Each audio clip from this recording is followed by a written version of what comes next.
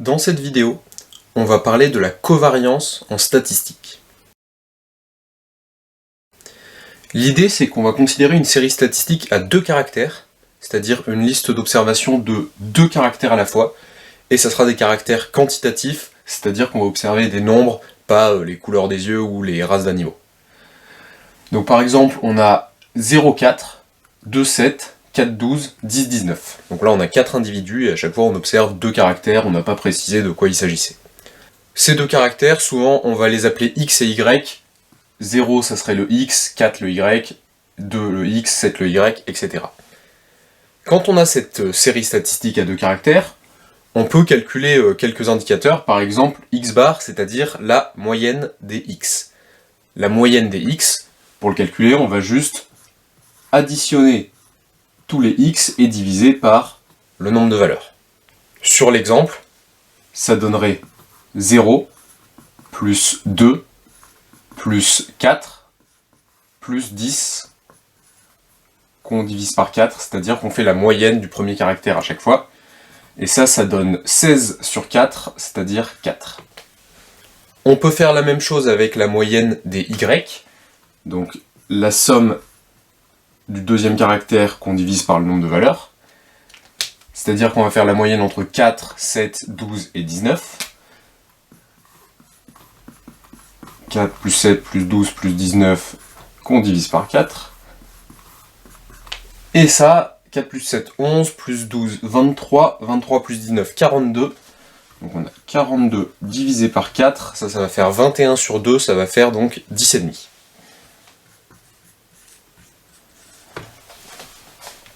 On peut calculer ces deux indicateurs, et souvent, on va appeler le point moyen, juste le point dont les deux coordonnées, c'est la moyenne des x et la moyenne des y.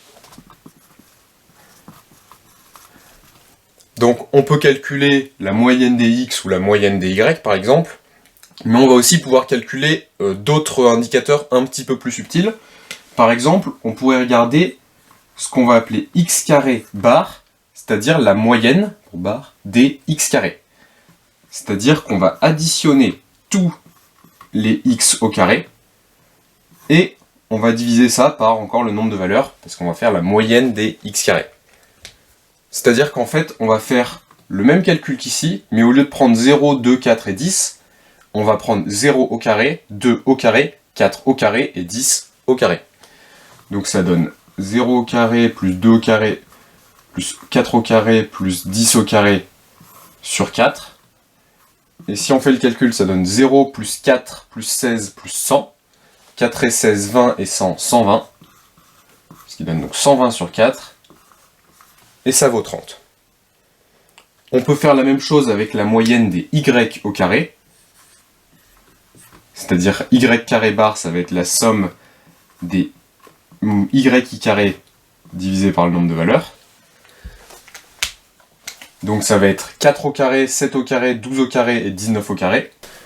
Et maintenant, si on fait le calcul, on va avoir 16, 49, 144 et 361, qu'on va additionner et diviser par 4, ça va donner 170 sur 4. Et si on le calcule, à la fin, on devrait trouver 142,5. Et ce qu'on pourrait aussi calculer, au lieu de calculer la moyenne des x carrés ou celle des y carrés, on pourrait calculer la moyenne des x fois y. C'est-à-dire la moyenne de 0 fois 4, 2 fois 7, 4 fois 12 et 10 fois 19. Donc la somme des x fois y qu'on divise toujours par le nombre de valeurs, donc toujours par 4 ici. Donc ça ferait 0 fois 4, plus 2 fois 7, plus 4 fois 12, plus 10 fois 19, qu'on divise par 4. Ça fait donc 0 plus 14, plus 4 fois 12, 48, plus 10 fois 19, 190. Et donc maintenant, 14 plus 48, 62, 62 et 190, ça va faire 252. Et 252 divisé par 4, ça va faire, si on divise par 2, 126 sur 2. Et 126 divisé par 2, ça fait 63. Donc là, on vient de calculer plein de moyennes, soit la moyenne des x, ou celle des y, celle des x carrés, des y carrés, et celle des x fois y. Bah, à quoi ça sert de calculer toutes ces moyennes? En fait, ça va être des étapes intermédiaires pour calculer la variance et la covariance de la série.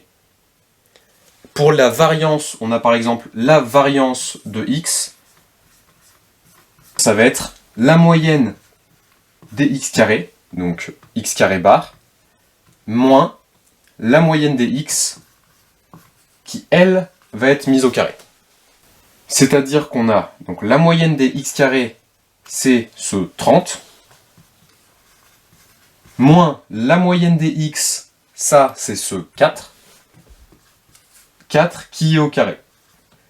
Ce qui fait donc 30 moins 4 au carré, donc 30 moins 16, et 30 moins 16, ça vaut 14. Quand on a calculé une variance, on peut calculer un écart type, qu'on note souvent sigma. Là, je vais écrire sigma de x pour préciser qu'on parle de l'écart type du premier caractère. Bon, ça, c'est juste la racine carrée de la variance. Donc ici, ça serait racine carrée de 14, ce qui donne quelque chose entre 3 et 4. On pourrait aussi calculer la variance de y. Pour ça, on prendrait la moyenne des y carrés, donc ce y carré bar qui vaut 142,5, moins la moyenne des y qu'on mettrait au carré, donc ce 10,5 qu'on mettrait au carré. Et si on fait le calcul, 142,5 moins 10,5 au carré, on doit trouver normalement 32,25. Et si on veut l'écart type des y, ça va être la racine carrée de ce 32,25, donc quelque chose entre 5 et 6. Et enfin, on peut calculer la covariance de la série, covariance de x et de y. En fait, on va avoir la même formule que pour la variance de x, sauf qu'au lieu des x carrés, donc des x fois x, ou des y carrés pour la variance de y, donc des y fois y, on va avoir un peu le mélange entre les deux, c'est-à-dire qu'on va avoir x fois y. Donc, au lieu de la moyenne des x carrés, on va avoir la moyenne des x fois y. Ça, c'est ce qu'on avait calculé ici. Et au lieu de la moyenne de x au carré, on va avoir la moyenne de x fois la moyenne de y. Ici, la moyenne des x fois y, c'est cette quantité qu'on a calculée qui vaut 63, moins la moyenne des x fois la moyenne des y. La moyenne des x, c'était 4, la moyenne des y, c'était 10,5. Donc moins 4 fois 10,5. Donc on a 4 fois 10,5, ça va faire 42, parce qu'on avait vu que 10,5 c'était 42 sur 4. Si on fait x4, bon bah ça se simplifie avec le sur 4. Donc on a 63 moins 42, ce qui donne 21. Quelques remarques sur ce qu'on vient de faire. Premièrement, au niveau de l'interprétation de à quoi ça sert de calculer toutes ces quantités. Alors pour le point moyen, l'idée c'est que si on représente notre série statistique sur un graphique par un nuage de points, le point moyen ça va être en gros le point qui va être situé au milieu du nuage de points.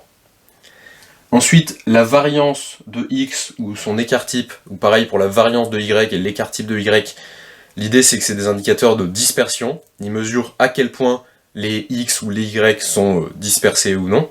Et pour la covariance, je vous renvoie à une prochaine vidéo qui parlera d'ajustement linéaire par la méthode des moindres carrés, et cette vidéo elle expliquera un rôle de la covariance.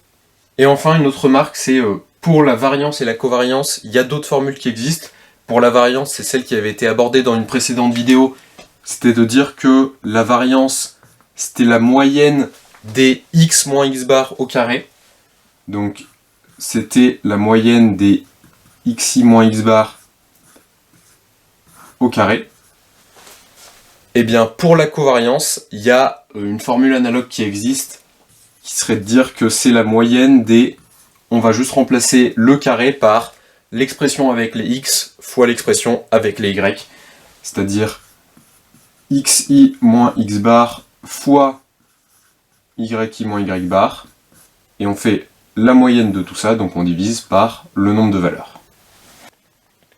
En pratique, quand on veut faire des calculs avec ces deux formules, ça peut être un peu lourd, donc je conseille de plus souvent utiliser celle-ci.